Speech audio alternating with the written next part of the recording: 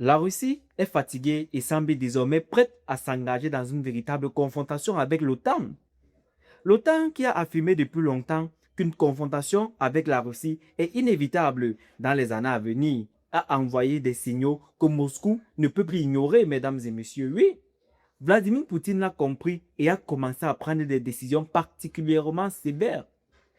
Washington l'a également compris et tente aujourd'hui de jouer la carte des discussions, des dissuasions. Mais l'Occident a encore trouvé un moyen de présenter Washington comme une puissance incontournable sur la scène internationale. Décryptons ensemble cette dernière actualité.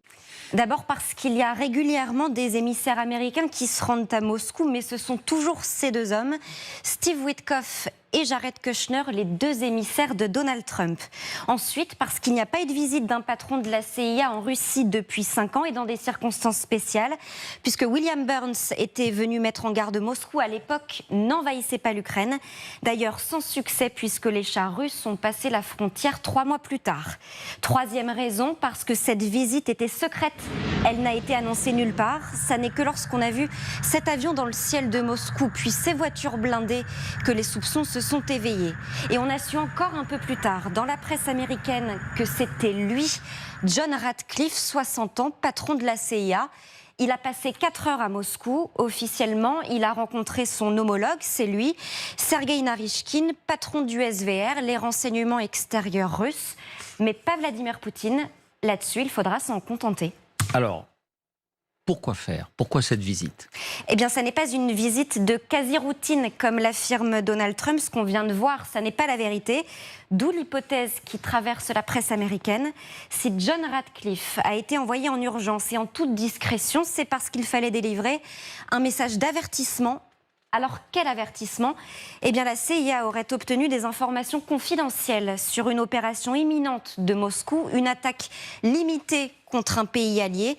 Et c'est là qu'on entre dans un terrain spéculatif sur l'hypothèse de la presse américaine, avec cette information d'une visite d'officiers russes dans l'enclave de Kaliningrad, la tête de pont de l'armée de Moscou en Europe de l'Ouest. Ces officiers, je cite, ont fait le tour des habitants, des habitations, vérifié les procédures de mobilisation, les logements, la nourriture, comme si une mobilisation était en préparation là-bas aussi. Or, Kaliningrad est relié à cette bande de terre, le corridor de Suwałki qui sépare la Lituanie de la Pologne. Et c'est cela qui fait craindre aux services secrets occidentaux, je cite, une forme de simulation d'occupation. Deuxième hypothèse, un échange de prisonniers, mais il y en a déjà eu plusieurs fois. On se souvient par exemple du retour de la basketteuse américaine Brittney Griner en décembre 2022, sans provoquer un déplacement de ce type.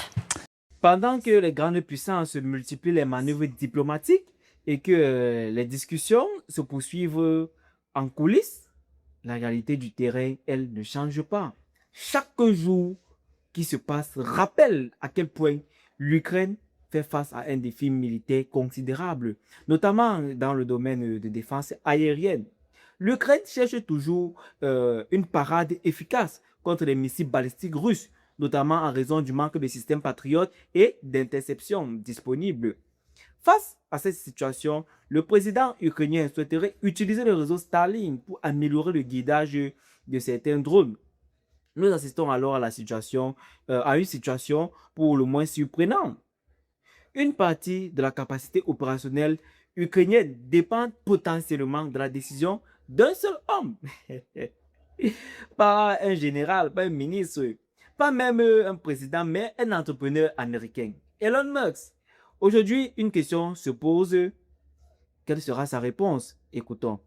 Oui, alors il faut rappeler que les Ukrainiens utilisent aujourd'hui le réseau Starlink, mais uniquement à l'intérieur de leurs frontières. C'est d'ailleurs devenu un outil fondamental puisqu'il aide l'armée ukrainienne à guider ses drones. Aujourd'hui, Kiev veut aller plus loin et veut pouvoir utiliser ce réseau Starlink à l'extérieur de ses frontières, et ce pour aller frapper de façon très précise certaines cibles, en particulier les lanceurs de missiles balistiques, ces missiles balistiques qui font énormément de dégâts en Ukraine, faute de pouvoir les intercepter. Volodymyr Zelensky voudrait les neutraliser à la source. Pour cela, vous l'avez dit, il faut impérativement obtenir le feu vert d'Elon Musk, le patron de Starlink. Et c'est pour cette raison que Volodymyr Zelensky s'est tourné vers Donald Trump en espérant que le président américain puisse jouer les intermédiaires et obtenir ce fameux feu vert. Les deux hommes ont évoqué le sujet. C'était fin juillet quand Volodymyr Zelensky a été reçu à la Maison-Blanche. Seulement voilà, selon plusieurs médias, eh bien, Donald Trump n'a pas semblé convaincu par cette demande et il n'a pas donné suite. Alors il n'a pas dit non formellement, mais c'est tout comme.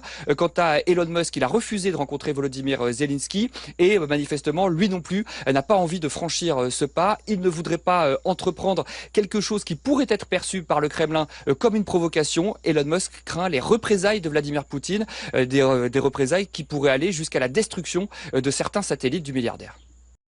Mesdames et messieurs, SpaceX a fixé une limite très claire. Le réseau Starlink est géopolitiquement restreint lorsque les drones ukrainiens pénètrent profondément sur le territoire russe. Concrètement, sans autorisation spécifique, ces drones perdent l'un de leurs principaux outils de guidage et doivent s'appuyer sur des systèmes alternatifs, souvent moins précis et plus vulnérables au brouillage. Selon plusieurs sources russes, l'Ukraine aurait demandé à Elon Musk d'étendre les capacités Starlink pour certaines opérations. Cependant, Musk resterait très réticent, mesdames et messieurs, estimant qu'une telle décision, en fait, pourrait être dévastatrice. Peut-être pour lui, peut-être pour ses économies, oui. Parce que Poutine ne blague pas, mesdames et messieurs, oui. Au final, tout indique que ni Elon Musk ni l'administration Trump ne souhaiteraient franchir une ligne qui risquerait d'entraîner une confrontation encore plus directe avec la Russie. Déjà que Trump avait demandé à Zelensky depuis d'abandonner. Oui, oui, mesdames et messieurs, c'est ça la terrible réalité géopolitique en ce moment. En fait, pour résumer, cette affaire révèle une réalité souvent ignorée. Derrière les déclarations officielles, les grandes puissances cherchent avant tout à éviter une escalade incontrôlable. Entre la visite du patron de la CIA à Moscou, les tensions grandissantes entre la Russie et l'OTAN, les difficultés militaires de l'Ukraine et le rôle stratégique de Starlink, chaque décision peut avoir des conséquences majeures sur l'évolution du conflit. Une chose est certaine, les prochains mois pourraient être déterminants pour l'équilibre géopolitique mondial. Reste à savoir jusqu'où chaque acteur est prêt à aller et surtout où se situe la ligne rouge que personne ne veut franchir. Si cette analyse vous a plu, n'hésitez pas à vous abonner, à laisser un like, à partager la vidéo autour de vous et à vous abonner à la chaîne pour ne manquer aucune de nos actualités internationales. Activez également la cloche de notification afin d'être informé de la publication des prochaines vidéos.